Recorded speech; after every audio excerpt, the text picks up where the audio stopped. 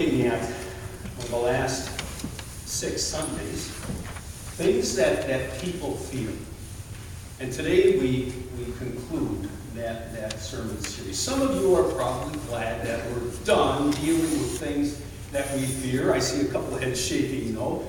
But it's my hope that whether you're glad this series is coming to an end or whether you're not, it's my hope that somewhere in the course of the series you have found some of our topics to be helpful in helping you deal with certain fears that maybe you've been wrestling with over the course of time.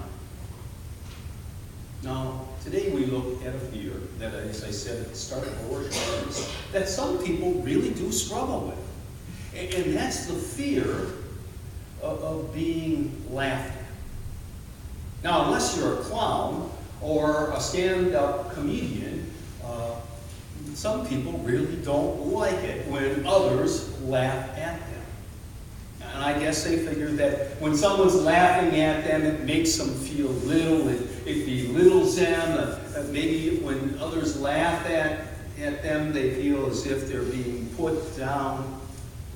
But in any case, some people don't ever want to be laughed at. And so they walk a path that's the tried and true for them, a path where there is no possibility of them stepping out on a limb where they possibly could embarrass themselves or put themselves in a situation where others might indeed laugh at them.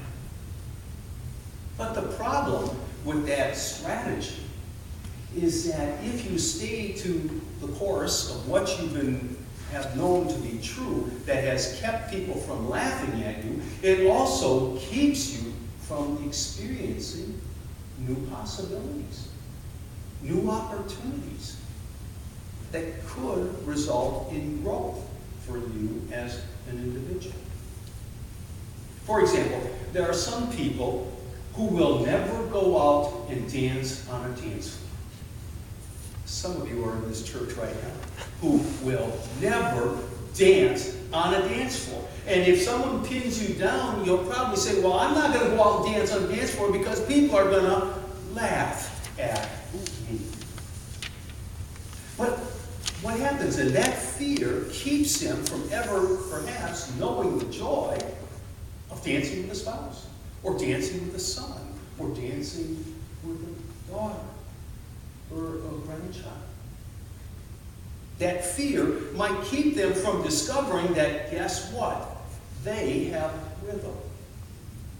And they have the possibility within them to actually be a good dancer. I think one of the things that makes the television show Dancing with the Stars so popular for some is that many of these individuals who go on that show are those who have never danced before. And one of the reasons why some of these people would give for never dancing is because they're afraid that others will laugh. But what happens? They get on the show, and all of a sudden they discover they've got rhythm. They can move. They can dance. They have the potential to be a dancer. But that discovery wasn't made because of their fear of being laughed at. There are others who let their fear of being laughed at keep them from higher education or from studying perhaps God's Word. Because again, some of these people, if you push them, they'll say, well, if I go to that Bible study, everyone's going to catch on that I don't know nothing about the Bible. I'm ignorant, and I don't want anyone to laugh at any of my ignorant questions. So I don't go to Bible study. But take a look at that. That fear then keeps them from experiencing an opportunity where they can ask questions and begin to grow in their faith. The fear of being laughed at keeps some from making suggestions for possible problems or solutions at work or at school or within the home family unit. And again, they're not going to make those suggestions to possible solutions for problems because they don't want anyone to laugh at their idea. But sometimes those ideas are good. But again, the fear keeps him from offering that. So you can see how fear can be restrictive, how fear can, being laughed at, can limit us as an individual. And we've been consistently saying that throughout our whole sermon series.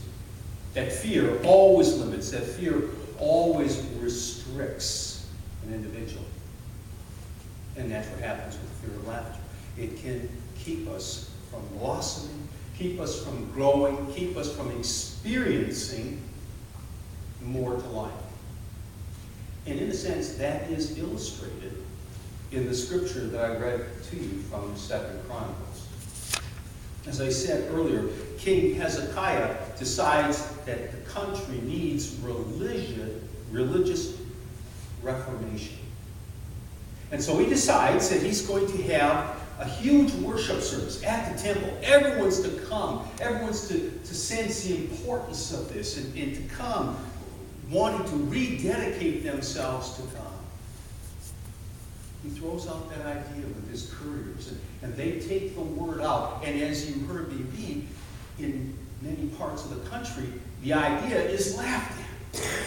And word gets back to King Hezekiah. Hey, King, your idea, they're laughing at that. They think that's a joke.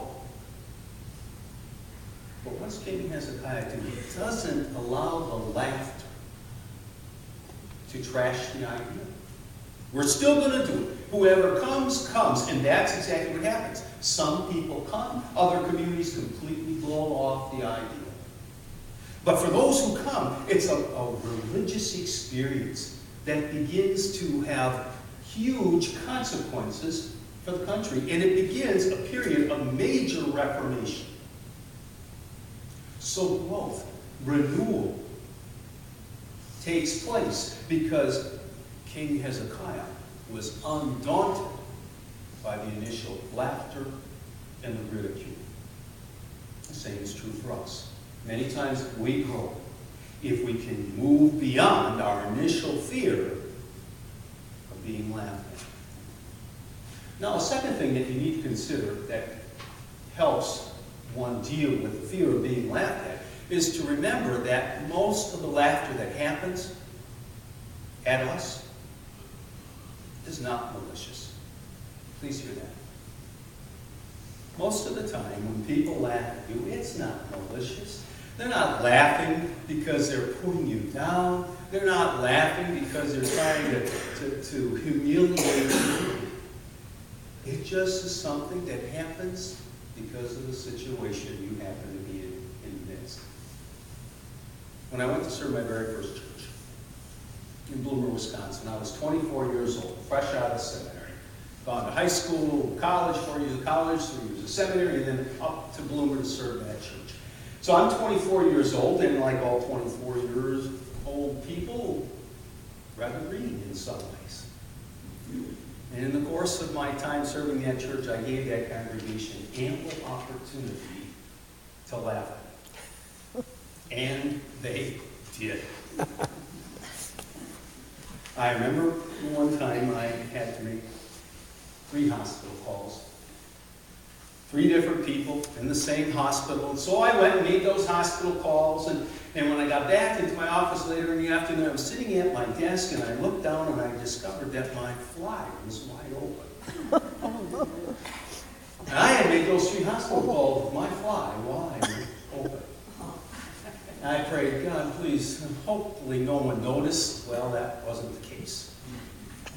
They all noticed. All 3 people that I called on. And they got on the phone and said, guess what, Pastor, just you're calling on me, and his fly was open. Oh. Well, that Sunday, when I walked into the sanctuary and went up to the pulpit to begin my sermon, there was a note on my pulpit. And it said, Pastor Mike, check your fly.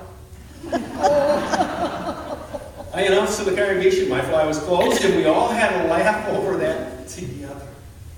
And I recognized that their laughter wasn't malicious, but just happened because of the situation that I found myself in. And that's the way it is for many people. I remember another time in that same church, Saturday morning, I was out fishing on the lake, Lake Como, beautiful, vast lake. It was a beautiful Saturday morning to be out there, and I'm fishing away, and the church moderator motors up to me and says, Mike, get your butt off the lake and get to church. You have a wedding to do in 45 minutes. If that moderator had motored up to me and told me that, I would have fished right through that lake.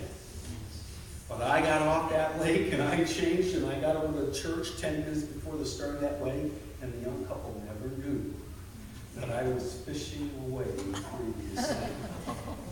But again, that good old moderator on Sunday morning, he was the worship leader, and he began the worship service by turning to me and thanking me for remembering to come to worship. Again, laughter. But malicious? No.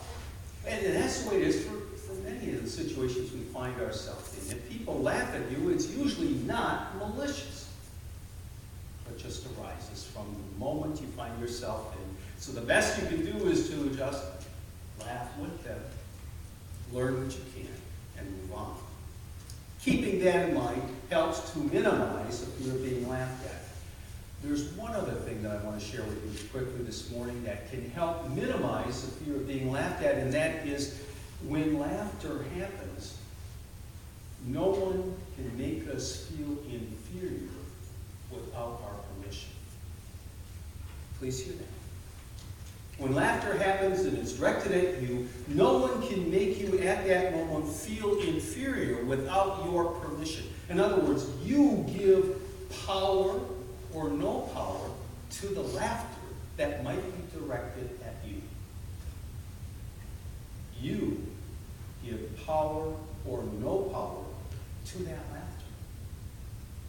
So choose to give no power to it. There's a story in Luke that I want to quickly read for you. It's a story where Jesus is being laughed at. And it's interesting what Jesus does. Jesus is speaking when someone came to the house of Jairus, the synagogue ruler. Your daughter is dead, the person said. Don't bother trying to get Jesus to teach her anymore. Hearing this, Jesus said to Jairus, don't be afraid, just believe, and she will be healed. So when Jesus arrived at the house of Jairus, he did not let anyone go in with him except Peter and James and John, the child's father and mother. Meanwhile, all the people were wailing and mourning for her. Jesus said, stop mourning. The little girl is not dead, but asleep. They laughed at him, knowing that she was dead. But he took her by the hand and said, my child, get up. Her spirit returned, and at once she stood. Then Jesus told her to give her something to eat. The people laughed at Jesus when he suggested that she wasn't really dead. Jesus did not give their laughter power. He dismissed it and continued on with what he knew would take place, her healing. And we have that same choice. Every time we find ourselves being laughed at, we have the choice. Do we give that laughter negative power and energy, or do we choose not to give that laughter negative power and energy? The choice is ours. Laughter happens. Many times it's not malicious, but it happens. And if it happens at you, you have choices to make. I think you're always wise if you choose to not fear the potential of laughter, but to learn what you can and move on. Let's bow.